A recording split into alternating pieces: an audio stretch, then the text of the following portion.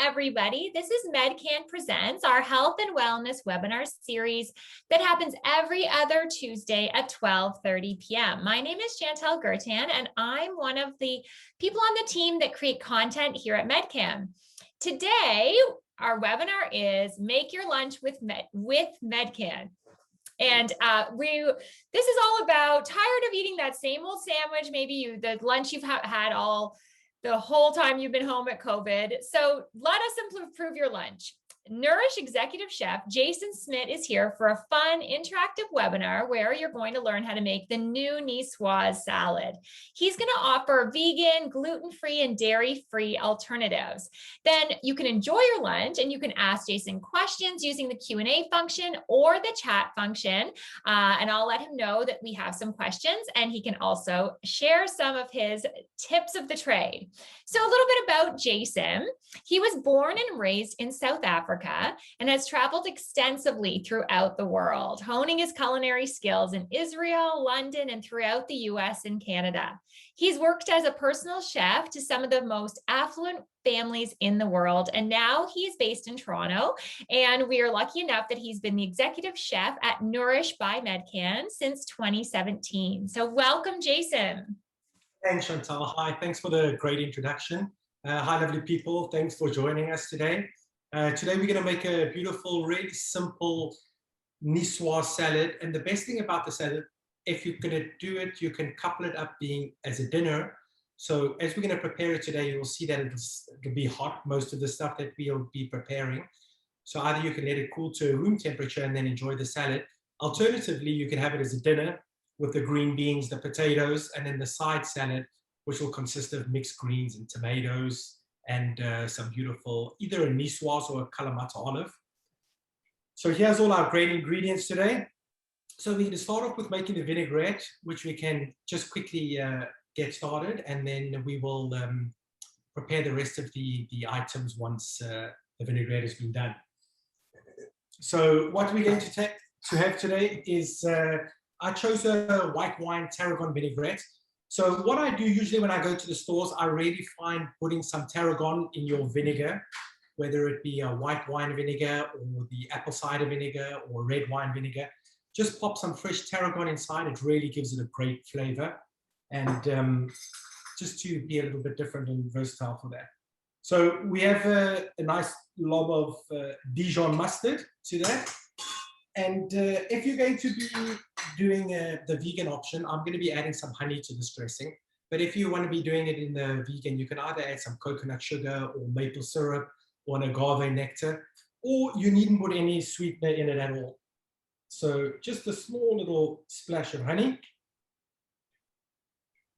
all together in the bowl. And then I'm going to take my tarragon vinegar. If you get a couple of the tarragon leaves inside, that's no problem, because that's just a little bit of extra flavor. Then we're going to give that a wee bit of a whisk, just to get the vinegar and the mustard emulsified together. I'm going to take a pinch of dry oregano, mix that in again. And then as I whisk along, so basically with vinaigrettes, you should do 2 to 1. So if you're going to put about 2 tablespoons of vinegar, let's say you will put around 3 to 4 tablespoons of an extra virgin olive oil. But usually with vinaigrettes, I like to just whisk it along, and you'll see the consistency that you like as you go along. And then you can just stop. I like also to put a lot of Dijon mustard in my vinaigrettes, just to make them nice and creamier and thicker. So to me, that looks delicious right there. And then a small pinch of kosher salt and a little bit of fresh ground black pepper, just for a little bit of extra je ne sais quoi, which is great. And then basically there's your vinaigrette. Give it a little bit of a taste. Delicious.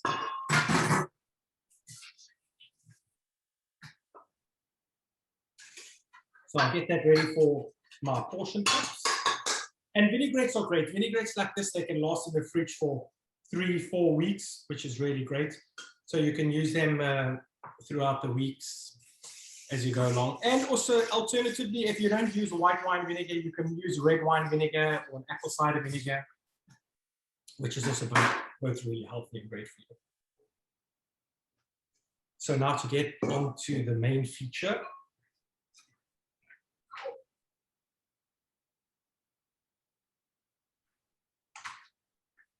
So I have some beautiful salmon. Salmon is always a great protein source, lots of great omega fatty acids in it. I've got some white skin potatoes, some vine cherry tomatoes, some French green beans, which are also really great, full of vitamins, as well as there's fiber in them. And also alternative and a little bit of a spin, which is also a great vegetable. Now this time of the year, we have some broccolini, and this is also a great source of fiber, vitamin C and vitamin K. The best thing as well about this dish that I'm preparing today is all you really need is one pot. So what we'll do is we're going to start to take our potatoes and we'll put them in the bottom of the pot and let them start to get to a boil. Another great flavorant for when you're boiling potatoes is just some fresh thyme and bay leaves and some peppercorns in the water. So when you're boiling the potatoes, it just adds another little extra layer of flavor, and a small pinch of salt. And away we go into our pot.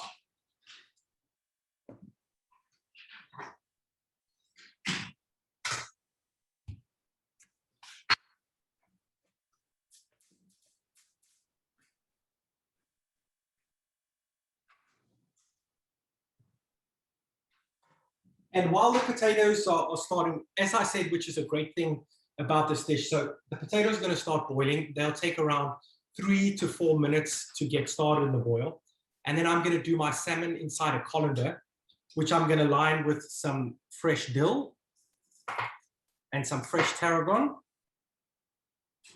And what I like to do as well, always when I poach my salmon, there are a few ways that you can do the salmon. You can either poach it with a little bit of water and some lemon, peppercorns. But the way I'm doing it today, just to stick to one pot, is I'm just taking a colander, and then I like to peel the lemon with a peeler. I sometimes find if you get the white part of the lemon, it gets a little bit bitter. So I enjoy just using a peeler and the lemon skin. So what I've done there is a nice zest of a nice bed of some fresh herbs, and then I'm going to be putting my salmon there. And then once the potatoes have started boiling for a few minutes, then I'm going to add the salmon. And then after that, I'll add the beans.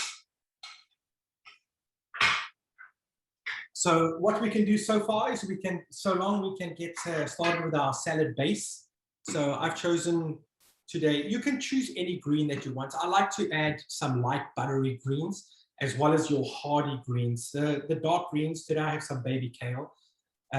Really lots of fiber, high in vitamins, and also just to give it extra depth to the salad. So you'll grab a nice handful of the greens and just set them on the center of the plate, or whichever way you wish. And then I have some pitted Kalamata olives. These are already pitted, but I'll teach you folks a trick. If you ever get olives and they still have the pit in, if you just take a knife and then just roll the knife along the olive, and then you'll slice it down the side, then it's really easy to open the pit. It's not really easy to show this one because it's already done, but that's a cool trick to do as well.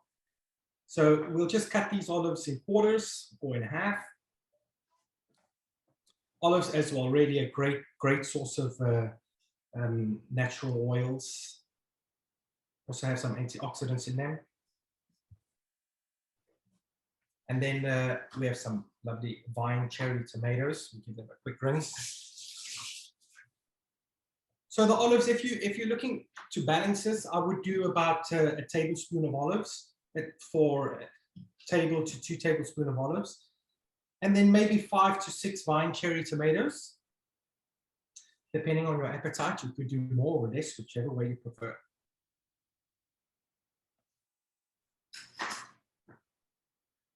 So you'll put the tomatoes there.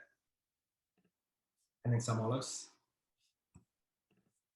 And I can hear my water is starting to boil for my potatoes, which is a good thing. So I'll set a few minutes to go.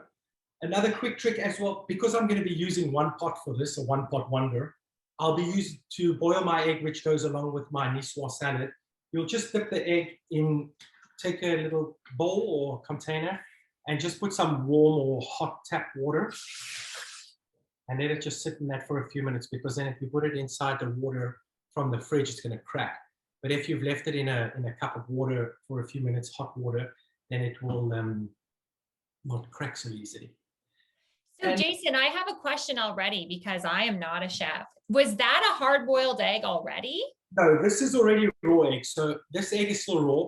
So as I said, it would be best just to, because we're going to put it in the boiling water along with our potatoes, it will be best just to put it in a cup of warm, well, basically hot water from the tap, just so it can bring it to room temperature. Especially okay. if it allowed the fridge would be best. Okay. So I can see my potatoes are boiling there pretty well now. So what I'm going to do is I'll take my salmon, again, which is in the bed. And I don't generally like to season my fish before I cook it. Number one, less sodium, the better. And everything else, there's olives and other items. The dressing has got a little bit of sodium in it. So once you start eating and you feel that you want to add some more sodium or pepper, then you can after. So what we'll do is just prop that straight on top of the potatoes, and you'll put a lid on with a colander, and then it's going to steam beautifully. So those pieces of salmon, they're anywhere between around 50 to 80 grams. So you're looking at about 6 to 8 minutes of that cooking.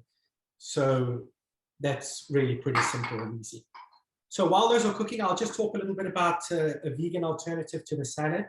So basically, because the Nicoise salad has a protein, which is fish, you can alternatively use fish, you can use chicken, but as a vegan option, tofu, like I love the Wildwood organic tofu, really from California. It's one of the better brands out there.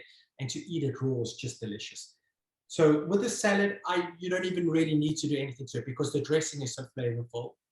You can just basically take the tofu and just break it up into chunks. Or you can cut it up into little blocks, whichever way you prefer. If you want a country style rustic, you can cut it up with the hands. If not, you can slice it nice like that into cubes. And just for a little bit of extra flavor on the tofu, I'll take some of my herbs. So I have some parsley, I have some dill, some chives.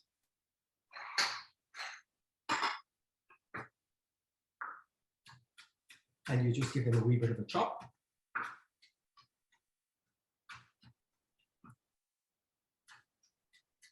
Are there any herbs you shouldn't use in this? Like you just picked those, but did they go well together? Because of it being with a fish and a lighter dish, also with the tofu, I would go with the lighter herbs. You can use any herb pretty much, but just to be a bit more subtle on the flavors of the salad, I would just rather use the lighter herbs, like a sage and thyme or marjoram. Those are kind of heavy, dense herbs. So rather keep those for, like if you're doing a turkey or piece of steak or something. And then basically just to move that around a little bit of lemon juice. And always, if you're squeezing lemon, just cup your hand in the ball of your hand, in between your fingers like that. So if there's any seeds, then you can trap the seeds. But luckily on this one, there was none. And that would be the tofu. And another way for this tofu, which I really love, and also keeping it gluten-free, is if you have any Asian-inspired lunches, or if you just want to add some protein, plant-based protein to any lunch that you're having, I really find this tofu raw again. If you want, you can pan fry it, really simple, just a hot pan, a little bit of canola oil and pan fry till it's golden brown around. But I like to marinate this tofu raw. I use some tamari, some orange zest, a little bit of sriracha, sesame oil. It's really delicious. And just as an afternoon snack, it's just as good, really good. So I can check out my salmon is coming along really well. My potatoes are probably nearly done. So I'm going to get some of my delicious French green beans. Also really great fiber, lots of vitamins in the French green beans too. Just be careful because the steam will obviously try and escape. And you're going to get some of that great flavor from the herbs that are already boiling with the potatoes. So I'm going to pop my beans in because the beans will take anywhere between another, let's say, 3 to 4 minutes. And at the same time, I'm going to pop my egg in. So all in one pot. And I'll give that another few minutes to cook away. This tofu looks so delicious. And the broccolini, so if you're going to be using the broccolini, I'm also going to just throw a few pieces of the broccolini in with the boiling water now. These items as well, really just in and out. So what you do with the greens when it comes to the French green beans, broccolini, broccoli, if ever you're going to blanch is the right word, any of your vegetables, the best is to get an ice bath. So you'll just take a pot, you'll just take a bowl, either of really cold tap water, or you can add some ice in it as well. And as soon as the French green beans or the broccolini are done from the water, you just plop them straight in there, and you'll see they'll get beautiful, bright green or grey, and it'll stop the cooking pretty instantly. If you're going to be using ice, it's going to work much better, much faster. So again, I'm going to pop my broccolini in with my French green beans all in one pot. And also with the salmon, you never really want to overcook the salmon as well. So the best way is just to prod it, the same like with the meat and stuff. If you just feel this part of your hand, which is a little bit soft, and that would be the best. So if you prod the salmon and you feel it like that with your hand, then it's done, pretty much done for sure. I'll get some herbs ready for my potatoes because I like to coat the potatoes. The great thing as well with the potatoes to keep the skin, because there's lots of minerals and potassium inside the skin of the potato. Or alternatively, if you wish, you prefer, you can peel the potatoes too. But again, with my potatoes, I like to do a little bit of parsley and dill and chives. It's the theme for the Nicoise lunch today of herbs. Give that a little bit of a rough chop. Jason, if you were doing tuna instead of the salmon, would you do the same thing? Put it in the to steam and for the same amount of time? Not really. If I'm going to be using fresh tuna, I would put the tuna with a little bit of salt, season it definitely with salt and pepper, and I would rub it with a little bit of olive oil, and then I'd get a pan nice and hot and just sear it only for a few minutes because you don't want to overcook the inside of the salmon. So depending on the thickness of the salmon, probably 2 to 3 minutes each side, and then it'll be good, and then you take it off and you let it rest before you cut it. Or alternatively, which is also great with this dish, is tin tuna. If you can always get the tin tuna that's in water, which is great, and chunk tuna, let it strain and then just wring it out a bit and just add some chopped herbs, some lemon, and you mix that all together and you add it on the salad. It's a perfect alternative as well. So I'm going to grab my French green beans. They should be done. And my broccolini are going straight into the ice bar.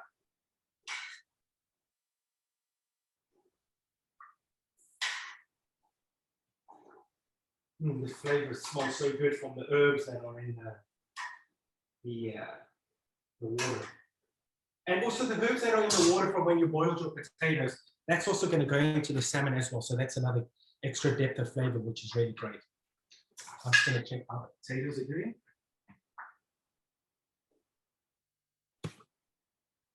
I'll give the potatoes another second, but for sure I believe the salmon is done.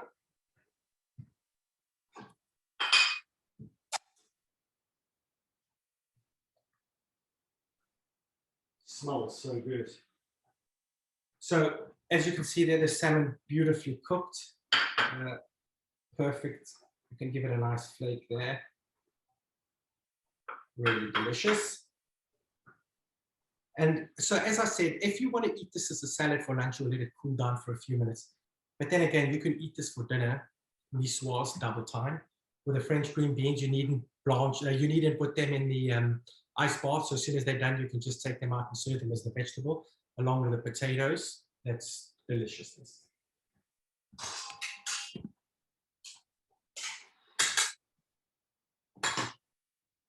I love that you're basically making a one-pot meal here. A pot meal, which makes it even better. But it's not all going to taste the same. No, it won't. Definitely. It's not a crock pot. Not a crock pot. Everything is like everything, although it's in the same pot, everything, especially with the salmon and stuff, you need more because you have the the bed of herbs on the bottom of the salmon that will prevent anything from dripping down into the pot.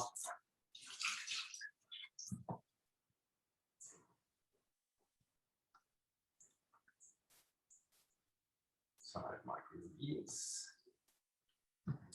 So I have my green beans, they're delicious, cooked perfectly. I like them al dente as well. If you prefer to have the beans or your vegetables cooked a little bit longer, or the salmon to be cooked longer, just leave it a little bit longer, 8 to 10 minutes. But the beans never 8 to 10 minutes. They'll get too mushy. So maybe maximum like 6 or 8 minutes on the French green beans would be good. Either you can leave them whole, or you can give them a nice slice down the side. Let's pop them on the plate. And also keep in mind, like once your salmon is pulled off the heat source, it's still going to be cooking. So just remember never to leave it on the heat source for too long, because salmon can tend to get quite dry. But luckily with the Nicoise salad and the vinaigrette and everything, it'll still be nice and juicy. But you want the salmon to be delicious, which it will be, of course. And then we have a broccolini. I'm just going to add a wee bit of broccolini to this as well, just because we've made it today.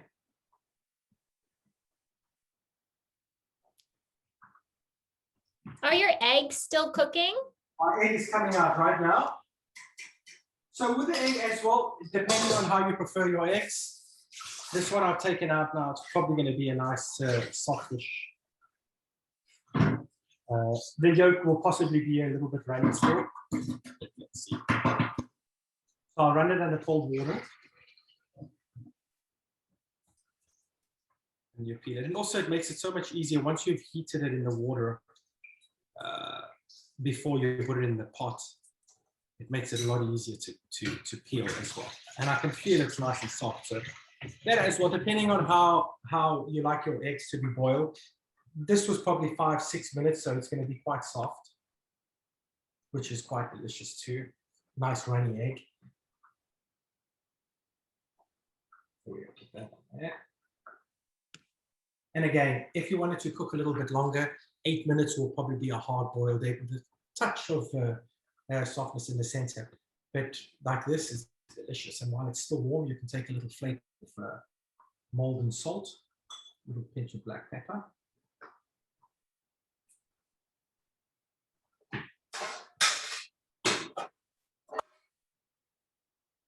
And my potatoes.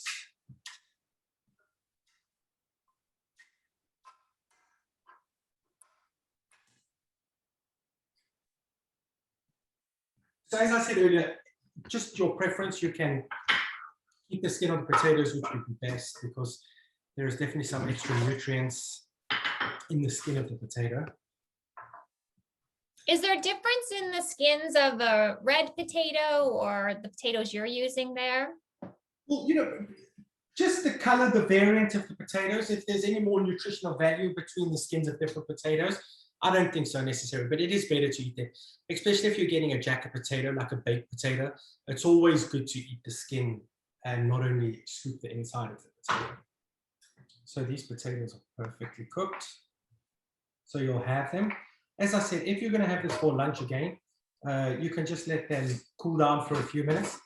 And the fun thing about the herbs, you'll just take the potato, but take the side that's been cut, and you'll just dip it in the herb. And then it picks up all the beautiful herb just like that. It's not really going to coat the skin because of the skin, but the part where you cut it, it's really great. That looks beautiful. And I had a question about the tarragon that you put into the vinegar. If you did that, you're putting the vinegar into another jar and adding the tarragon. And how long could you leave that in? Does it go bad? No, months, because of the vinegar. It acts as a preservative, so you can basically, you know, I have the tarragon in my vinegar in the kitchen for months on end, so okay, you can leave it. It's gonna, you know, it'll be long months, like 4, 5, 6 months down the line. If you see the tarragon starting to get black, then just strain the vinegar. Nothing, it's not going to affect the, like if it gets black, it's not like it's going to be rotten inside, right? But if you do see it starting to get a little bit darker or not as fresh as when you first put it in, then I will just strain it through a sieve, and you can still keep on using vinegar. Right? So we have the salmon, as you can see, just perfectly cooked. Put it on there. I like to put a little bit of squeeze of fresh lemon, especially while it's still warm. It's really delicious. And some of my herbs sprinkled on top. I enjoy using herbs as flavorings more instead of salt and pepper. And I enjoy using fresh herbs as well. You can use dry herbs. You know, there's dry basil, dry thyme, dry oregano, but definitely the fresh herbs, especially this time of the year or whenever, you know, the fresh herbs are easily available. So, yes. It's beautiful. Easy, simple. And as I said, alternatively, if you want this for a dinner, all you'll do is just keep the salad separate. You can start off with a salad, which will be any choice of your mixed greens, some tomato, Nicoise olives. You can use the same vinaigrette or any other vinaigrette that you prefer. And then you can have the main course of salmon, boiled potatoes, French green beans, and some broccolini. Amazing. Thank you, Jason. Thank you for joining us today. I hope everybody enjoyed that, and I hope you get to enjoy your delicious lunch. We have a question already. So anyone else, if you have a question, feel free to put it in the chat. This one is, how do you store your herbs? Herbs. So basically, for the most part, I store them in the fridge. And what I do is I'll take a piece of paper. The best thing, always make sure that you always wash your herbs pretty thoroughly. Give them a good rinse and spin. I like to spin them in a salad spinner. And even just that moist leftover liquid water from when you wash them. So you'll just take them and then you'll wrap them up in some paper towel. And then either in an airtight Tupperware container or in a Ziploc bag. And that's it. Just keep them like that. They'll keep fresh. Try and use as much herbs as you can. You know, herbs always add such a great flavor to anything that you do. Your lighter, softer herbs like your dill, tarragon, those are definitely going to go off a lot quicker than, let's say, a parsley or a sage or a thyme. But yeah, just to give them a good rinse and then wrap them in a paper towel and airtight container in the fridge. Amazing. Well, Jason, do you have some other tips and tricks that you could share with us? Yeah, absolutely. So basically, I'm going to show you a small trick here. I'm going to grab 2 bowls.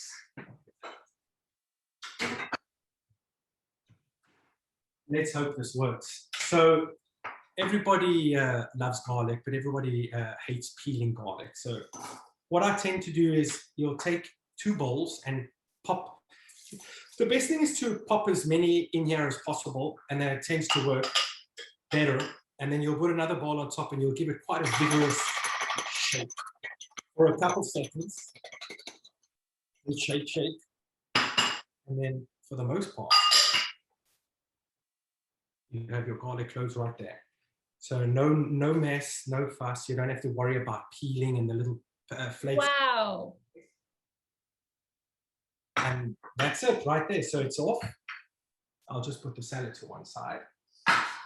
And then just usually with a butcher knife or your kitchen knife, whatever you have, you just give it a whack so it gets flat down on the surface. And then you chop. Also, a great thing about garlic, what you can do as well, if you're in the mood or seeing that I have a couple of cloves here right now, what I tend to do as well at home and in my kitchen is I'll chop some garlic, and just to preserve it, because you never want to get that store-bought garlic that's already pre-cut, pre-crushed. You don't want that stuff.